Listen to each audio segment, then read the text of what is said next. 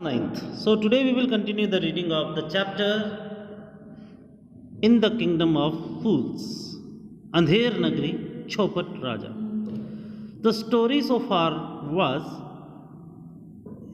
there was a special country, there was a special state, province, जहाँ पर एक special rules थे कि वहाँ जो भी दिन का काम है वो रात में हुआ करता था, जो रात का काम था वो दिन में हुआ करता था.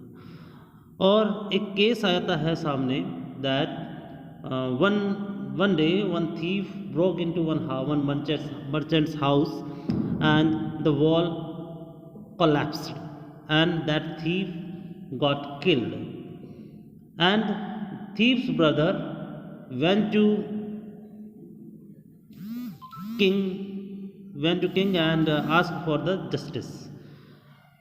उसने वहाँ चोर है, चोर जैसी कहीं चोरी करने जाता है, दीवार गिर जाती है, चोर का भाई राजा के पास पहुँचता है और कहता है कि उसके लिए कोई न्याय कीजिए, क्योंकि ये जो दीवार जो मर्चेंट था उसने बड़ी दीवार कमज़ोर बना रखी थी, और दीवार कमज़ोर बना रखी, इस कारण मेरे भाई का तो ज़िंदगी बर्बाद हो गई है, मेरे भाई की फैमिली की, तो उसे कुछ न कुछ मुआवजा मिलना चाहिए. उसी बीच में क्या होता है कि वहीं पर एक एक गुरु और दो चेले वहाँ पहुँचते हैं और वहाँ देखते हैं कि सब कुछ उस देश में सब कुछ एक ही रुपये में मिल रहा होता है, चाहे जितना मर्जी अनाज खाओ, चाहे जितना मर्जी फल खाओ, चाहे जितना मर्जी कुछ करो. तो गुरु कहता है कि यहाँ पर रहना सही नहीं है, लेकिन उसका चेला कहता है कि मैं तो यहीं रहूँगा, उसको तो मज़ा आ रहा था. सो दीज टू पार्ट्स, ये जो in two ways this story moves, इन दो रस्तों पे ये स्टोरी चलती है आगे. सो यहाँ से हम थोड़ा सा एक आगे बढ़ेंगे. यहाँ तक हमने पढ़ लिया था.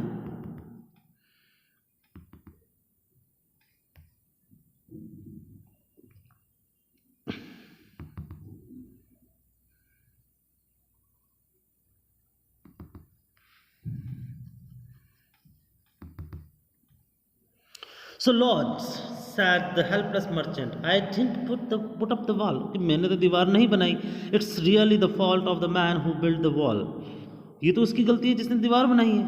He didn't build it right. उसने उसको सही नहीं बनाई. You should punish him.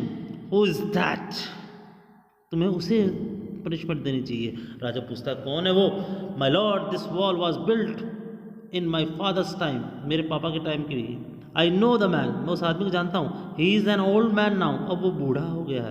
He lives nearby. यहीं पास में रहता है. So इसके बाद क्या होता है कि वो जो मर्चेंट होता है वो कहता है भैया ये दीवार तो मैंने तो नहीं बनाई, दीवार जिसने बनाई उसको जाके आप पनिश करो. The king sent out messengers to bring in the bricklayer who had built the wall. They brought him tied hand and foot. और उस ब्रिकलेयर को, ब्रिकलेयर मतलब मैसन को, मिस्त्री को बुला लेते हैं और उसको के हाथ पैर बांधकर उसे वहाँ पर ले आया जाता है. You dare, did you build this man's wall in his father's time? क्या तुमने उसके पिताजी के समय में ये दीवार बनाई थी? Yes, my lord, I did. हाँ मैंने बनाई थी. What kind of wall is this that you built? कैसी दीवार बनाई है? It has fallen on a poor man and killed him. इस बेचारे आदमी के ऊपर गिर गई और उसे जान से मार दिया. You have murdered him. तुमने उस आदमी का कत्ल किया है. We have to punish you by death. अब हमें तुम्हें जान से मारना पड़ेगा. आपको जान से मारने की आपको सजा मिलेगी. यानी इस तरह की फुलिश एक्टिविटी वहाँ पर होती है. सो थोड़ा सा हम पीछे जाएंगे.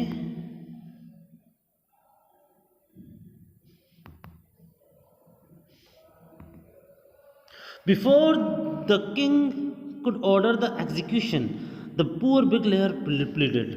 इससे पहले कि ब्रिकलेयर राजा उसको फांसी पर चढ़ाने का ऑर्डर देता, ब्रिकलेयर ने रिक्वेस्ट की, प्लीड किया. Please listen to me before you give your orders. तुम्हारे आदेश देने से पहले थोड़ा सा इंतज़ार कीजिए, मुझे सुनिए. It's true, I build this wall. ये सच बात है कि मैंने इस दीवार को बनाया and it was no good, और दीवार भी बहुत बेकार बन गई, but that was because my mind was not on it, ये इसीलिए क्योंकि मेरा उस समय ध्यान ही नहीं लग रहा था, mind was not on it, मेरा दिमाग ही नहीं लग रहा था उसके अंदर। I remember very well a dancing girl, मुझे याद आ रहा है कि एक नाचती हुई लड़की who was going up and down, जो कि इधर से उधर भाग रही थी, दैट स्ट्रीट, उस गली में, all day with her anklet jingling, anklet का मतलब होता है पाजेबे, अपने पजाबे को चमकाती हुई इधर उधर घूम रही थी और मेरा ध्यान भटक गया, and I couldn't keep my eyes और my mind on the wall, इसीलिए मैं अपनी आँखें और अपना दिमाग उस वॉल पर नहीं लगा पाया, आई वॉज बिल्डिंग, जो कि मैं बना रहा था। You must get that dancing girl, तुम्हें उस डांसिंग गर्ल को पकड़ना चाहिए, उसका दोष है। I know where she lives, मुझे पता है वो कहाँ रहती है। तो इस तरीके से कहानी थोड़ी सी और आगे बढ़ती है। यू आर राइट, बिल्कुल सही कह रहे हो तुम। द केस डीपन्स, अब जो केस है वो और भी गहराता जाता है। We must look into it, हमें इसके अंदर मतलब इस केस को ध्यान से सोचना चाहिए। It is not easy to जज सच कॉम्प्लिकेटेड केसेस, और ऐसे मुश्किल केसेस को जज करना आसान बात नहीं है। Let's get that dancer wherever she is, कि जाओ उस डांसर को लेके आओ जहाँ कहीं भी वो है।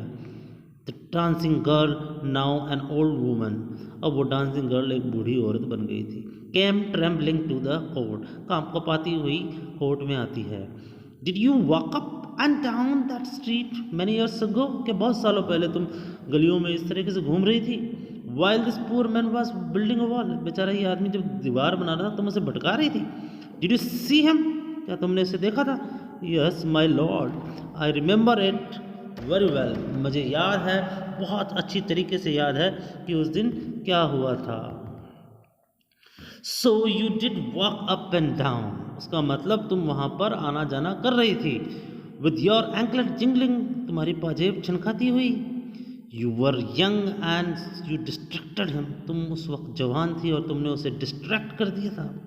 सो ही बिल्ड अ बैड वॉल, इसीलिए इसने एक खराब दीवार बनाई। It has fallen on a poor burglar and killed him, और बेचारे चोर के ऊपर वो दीवार गिर गई और वो चोर मारा गया। You have killed an innocent man, तुमने एक मासूम आदमी की जान ली है। You will have to be punished, अब तुम्हें पनिशमेंट मिलेगी। तो इस तरीके से ये कहानी थोड़ी सी और आगे बढ़ती है। She thought for a minute, उसने एक मिनट सोचा, उस बूढ़ी औरत ने, एंड सैड, और कहा, माई लॉर्ड वेट, इंतजार कीजिए।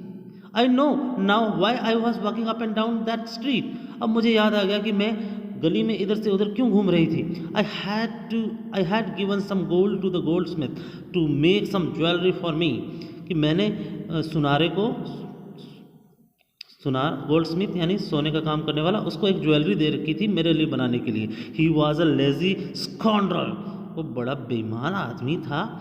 ही मेड सो मैनी एक्सक्यूजेज, वो बहाने पे बहाने बना रहा था। Sir he would give it now and he would give it then, कि आज दूंगा कल दूंगा, then and so on all day, और सारे दिन ऐसे ही करता रहा। He made me walk up and down to his house a dozen times, और उसने मुझे सारे दिन चक्कर कटवाए दर्जनों बार उस गली में। तो अब उस औरत ने भी अपना जो दोष था वो किसी और के ऊपर डाल दिया था। That was when this bricklayer saw me, और उसी वक्त इस मिस्त्री ने मुझे देख लिया था। इट्स नॉट माई फॉल्ट, ये मेरी गलती नहीं है my lord, it's the damned, उस बेकार सा आदमी, बेकार सा गोल्ड स्मिथ का फॉल्ट है। Poor thing, she is absolutely right, वो कहते हैं हाँ बेचारी ये भी बिल्कुल सही बोल रही है। थॉट द किंग, राजा ने सोचा। वेइंग द एविडेंस, जब उसने इन सबूतों को देखा, we have got the real culprit at last, आखिरकार हमें असली मुजरिम मिल गया है। Get the goldsmith wherever he is hiding at once, वो जहाँ कहीं भी छिपा हुआ है ढूंढ के लाओ उसको, और आज हम उसको क्या देंगे, सजा देंगे।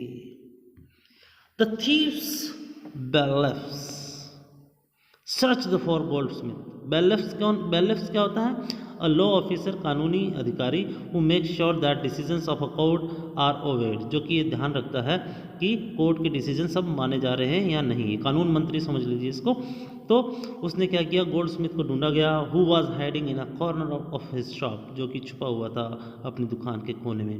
When he heard the accusation, जब उसने इस आरोप को सुना अगेंस्ट हिम, अपने खिलाफ, he had his own story to tell, उसके पास अपनी ही कहानी थी कहने को। So we will stop here and we'll continue this story tomorrow also. Thank you very much.